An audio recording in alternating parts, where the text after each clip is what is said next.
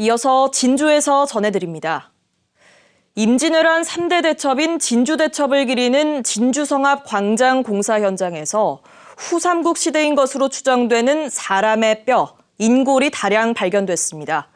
또 지게와 진지 방어용으로 추정되는 목재들도 함께 발견되면서 당시 시대상을 엿볼 수 있는 중요한 사료가 될 것으로 보입니다.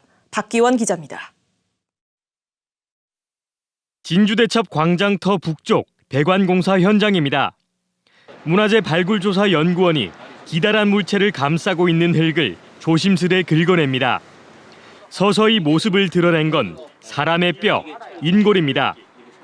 지난 1월부터 2달 동안 이곳에서 발굴된 인골은 모두 20여 구.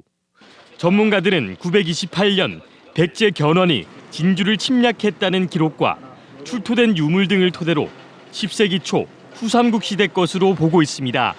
후기 편들이 인골과 같이 출토하고 있습니다. 이 시기는 역사적으로 보면 조금 혼란한 시기였기 때문에 어떠한 전쟁이라든지 그러한 사건들, 당시 큰 사건들과 관련되었을 것으로 추정됩니다. 도로면 4m 정도 아래에 포개진 채로 발견된 인골들은 치아까지 비교적 온전한 형태.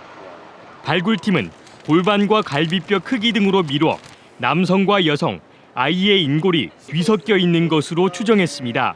인골들이 흔히 말하는 뻘 속에 있었기 때문에 그 치아까지 남아있을 정도로 상태가 아주 양호했고요. 발굴 당시에는 그 두개골이랑 척추, 갈비뼈들이 다 흩어져서 이렇게 확인이 되고 있었습니다.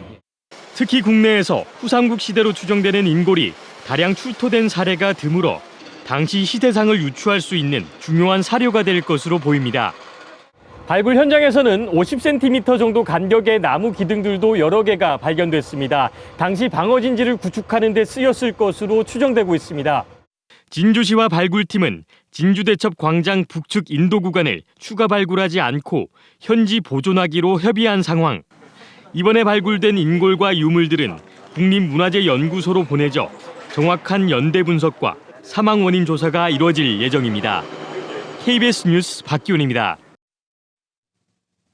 남해군 전통어업법인 죽방염의 세계 중요 농업유산 등재를 위한 연구용역 보고회가 오늘 남해군청에서 열렸습니다.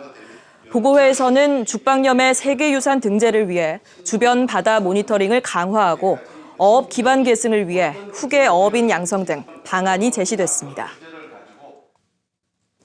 함양군이 오늘 지진 피해로 어려움을 겪고 있는 튀르키예와 시리아를 돕기 위한 성금 676만 원을 경남 사회복지 공동모금회에 전달했습니다. 이번 성금 모금에는 함양군 공무원과 함양군 사회복지사 협의회, 군민 등이 자발적으로 참여했습니다. 지금까지 진주에서 전해드렸습니다.